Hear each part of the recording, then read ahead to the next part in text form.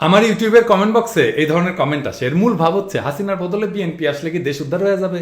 আপনি কি গ্যারান্টি দিতে পারেন যে বিএনপি এমন করবে না? আরে আমি গ্যারান্টি দেওয়ার কে? আমি কি বিএনপি করি না? আমি বিএনপির চেয়ারম্যান। এই প্রশ্নের উত্তর আমি অনেকবার দিছি ভদ্রভাবে, তবে এরপর আর ভদ্রভাবে উত্তর কাউকে দেব না। আমার এই উত্তরটা কাইটে নিয়া ফেসবুকে রিল অথবা টিকটক কইরেন আমার ক্ষুদ্র ভ্রাতার ভগিনীরা, তাইলে কৃতজ্ঞ থাকবো, কারণ এই উত্তরটা ব্যাপকভাবে প্রচারিত হওয়া দরকার।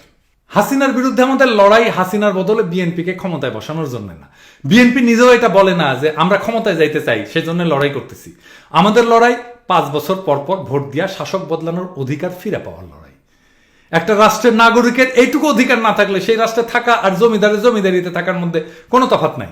হাসিনার বদলে যে আসবে সে সব সমস্যার সমাধান করে দিতে পারবে না। যারা আসতে চায় তারা সেটা দাবিও করে না। কিন্তু যেই আসুক ক্ষমতায়, তার যদি মাথায় থাকে 5 বছর পরে আমাকে ক্ষমতা থেকে হটাই দিতে পারে, তাহলে সে সমঝে চলবে জনগণকে। এইটাই একটা রাষ্ট্রের শাসকের জবাবদিহিতা।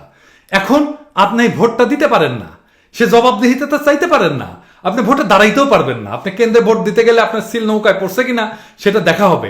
আপনি নৌকার ভোটার না হলে আপনি কেন্দ্রেই ঢুকতে পারবেন না। আর আপনি আসছেন সব সমস্যার সমাধানের গ্যারান্টির আবদান নিয়ে। আপনি হাসিনার লোক যে আমাদের বিভ্রান্ত করতে সব সমস্যার সমাধানের গ্যারান্টি আবদান নিয়ে আসছেন। দুনিয়াতে সব সমস্যার সমাধান দেওয়ার হিম্মত কোনো মানুষের নাই। এই ক্ষমতা থাকে সৃষ্টিকর্তার।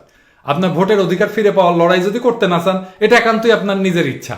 আমরা যারা লড়াই করতেছি, মেহরবানি করে আমাদের স্পেসে এসে আমাদের টাইম নষ্ট করেন না। আমরা আমাদের লড়াই করে যাব, হারি বা জিতি লড়াই চলবে। যদি সত্যি লড়াইটা ঠিক মতো মন দিয়া করতে পারি তাহলে জিতবো।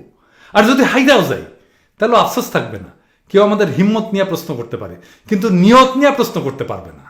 দেখেন, দুনিয়াতে হিম্মত সবার থাকে না, কিন্তু নিয়ত সবাই করতে পারে। আপনি যদি আজকে তরুণ যুবক হন, তাহলে নিয়ত করেন কাঁঠাল রানীকে জয় বাংলা কইরা দেওয়ার। আগামীর বাংলাদেশ তাহলেই আপনাকে মনে রাখবে, নয়তো আপনি হারায় যাবেন ইতিহাসের অন্ধকারে। আপনি পছন্দ করেন কোনটা আপনি হইতে চান।